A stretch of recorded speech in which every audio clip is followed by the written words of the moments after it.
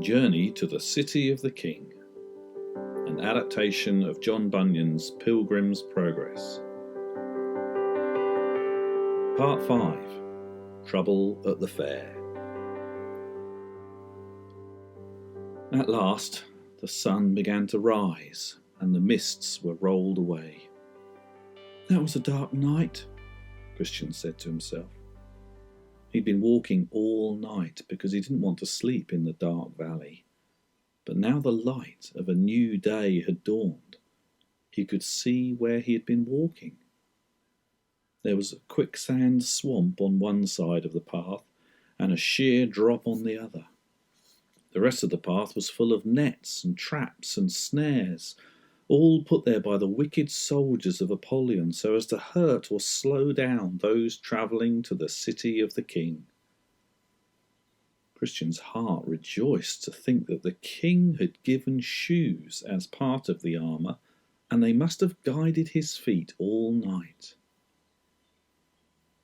As Christian left that dreadful dark valley, he saw a man ahead of him.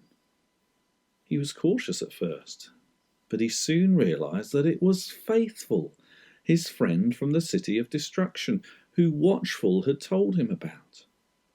And Faithful and Christian were so pleased to see each other. They talked on and on about their travels, hearing and enjoying each other's stories. As they travelled, they were suddenly joined by Evangelist, who seemed to appear from nowhere. "Evangelist, how good to see you," said Christian. "You have both done well to pass through the dark valley and fight with Apollyon," said Evangelist. "But you are not out of danger yet." Evangelist explained that Apollyon hated the king and anyone travelling to the beautiful city. So he had built a town on the road, which meant that all of the king's travellers had to go through it. The town is full of Apollyon's own people who care for nothing but pleasure, fame, and money. It's called Vanity Fair, Evangelist went on. There's every type of entertainment at Vanity Fair that goes on all night and all day. You can buy almost anything at Vanity Fair.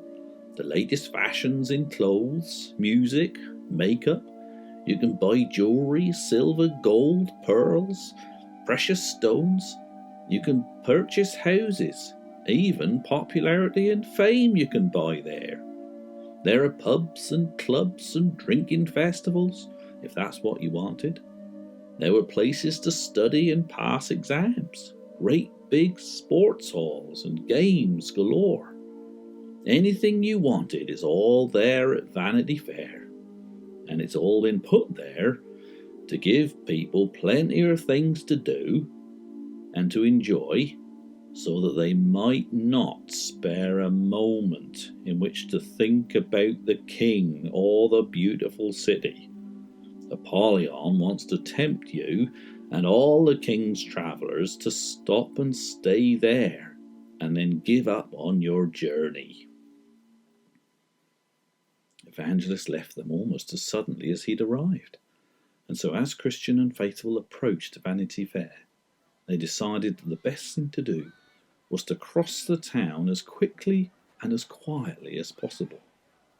However, things turned out differently, because as soon as they set foot in the town, they were surrounded by all kinds of people. You see, they were so different to everybody else in that town that word got round and crowds came to stare and laugh and to ask them questions because their clothes were so different. "They look like cranks all dressed up in armour," said one. "Don't they talk funny?" said another.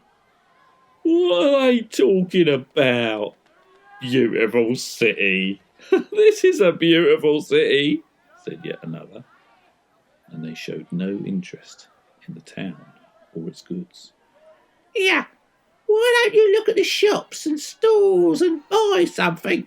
said an old woman. "We're not interested in what you're selling. We don't need it," said Faithful. At this, some of the crowd got really angry and pushed Faithful so that he fell and knocked over a table full of drinks. Well, after that, quite a noise broke out. Everyone jeered and some shouted and even hit Christian and Faithful, although they didn't hit back. Finally, someone reported the fight to the governor of the town, who sent 2 of his men to go and sort it out. "What's going on here?" the governor's men said as they pushed through the crowd to Christian and Faithful and seized them. Governor doesn't like troublemakers, and you 2 are causing trouble." "We didn't do anything wrong," said Faithful. "All right, resisting arrest, eh? We'll have you both beaten up for that."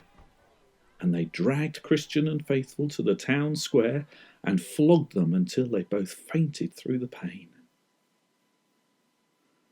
Sometime later, Faithful began to stir. "Oh, my head, my arm. Christian, are you all right?" What, where are we?" They were sitting on the floor of a large metal cage in the middle of the town square. "Why are we here? It's not fair. We didn't do anything wrong," said Christian, recovering himself. "No, it's not fair," replied Faithful. "But remember, no one said it would be easy, and the book Evangelist gave you tells us to be happy, because there's a great reward in the beautiful city for those who suffer for the King." "You're right," said Christian. "And although we ache all over, let's cheer ourselves up by singing. Rejoice in the King always, and again I say rejoice. Rejoice in the King always, and again I say rejoice. Rejoice, rejoice." "What are you singing about? You think you're better than us, don't you?" said a large lady of a small crowd who gathered to see what all the singing was about. "No, we don't think we're better," said Faithful. "We're just ordinary people. We've done as much wrong as everybody, but the King has forgiven us. And you can know his love too, if you come to the cross." "Cross? I'll give you cross. You make me cross. Here, take that." And the man threw a rotten tomato at Faithful. Well, you can guess what happened, can't you? The whole crowd started to throw things, and back came the governor's men, accusing Christian and Faithful of making more trouble. "Right, you 2, said the men. "We're taking you to the law court, and you will be judged and sentenced for your crimes." And they were dragged off through the crowd, who were all shouting, "Guilty! Guilty! Guilty!" And they were thrown in the courtroom and chained up. It wasn't long before the judge entered the room. "All rise for Judge Hategood." As the judge walked in, he looked at Christian and Faithful and sneered. And as he took his seat, he said, "You both look very guilty to me. Call in witness number 1. A serious-looking man with a very long nose stood in the witness box. "Name?" said Judge Hategood. "Mr. Liar." "What have you come to say?" "Well, Your Honour, I have known this man Faithful for a very long time. He is one of the vilest men I know, and he has no regard for the laws of our town. I heard him say with his very mouth that he would set fire to Vanity Fair because it deserves to be burnt to the ground." "Thank you, Mr. Liar. Call in witness number 2, said the judge. A rather plump man wearing fine clothes and carrying a thick book of spells entered the witness box. "Name?" "Mr. Superstition, Your Honour.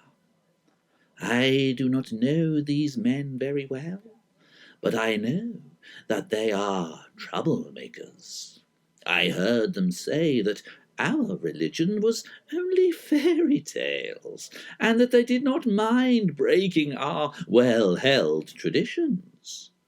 I have consulted the crystals and looked into the stars, and the vibrations are very, very, very bad indeed. Thank you, Your Honour. Oh, and by the way, I've done your new star chart. Oh, thank you, my friend. Now, although Judge Hakegood allowed Faithful to speak and to give his own defence, and although what Faithful said was magnificent, none of the jury were listening until Faithful told them to seek the king's forgiveness, for they had all done wrong. And at that, all of them shouted out, "Guilty!" Guilty! The jury were a very bad bunch, I can tell you. There was Mr. Blind Man. He said, "I can see clearly that Faithful is a bad man." Mr. Lovelust, "I could never like him." Mr. Spiteful said, I hate him. Kill him. Count Cruelty said, "Here, burn him." And Lord Judas said, He's a traitor. "Good, that's your verdict," said the judge. "We'll take him out and burn him at the stake." And that's what they did. They took Faithful outside. They tied him to a stake with bales of straw around him, and in front of a jeering crowd, they set him on fire. It all happened as quickly as that. But something brighter than the fire appeared in the sky. It was 4 shining ones, each riding a shining horse and pulling a golden chariot. As soon as Faithful's enemies had done all they could to him, the chariot whisked him away, straight to the beautiful city. And I'm sure you could hear the trumpet blast as the gates opened at the beautiful city when he arrived. Now, with all this excitement, they'd forgotten poor old Christian. Not knowing what to do with him, they simply beat him up and threw him out of the city.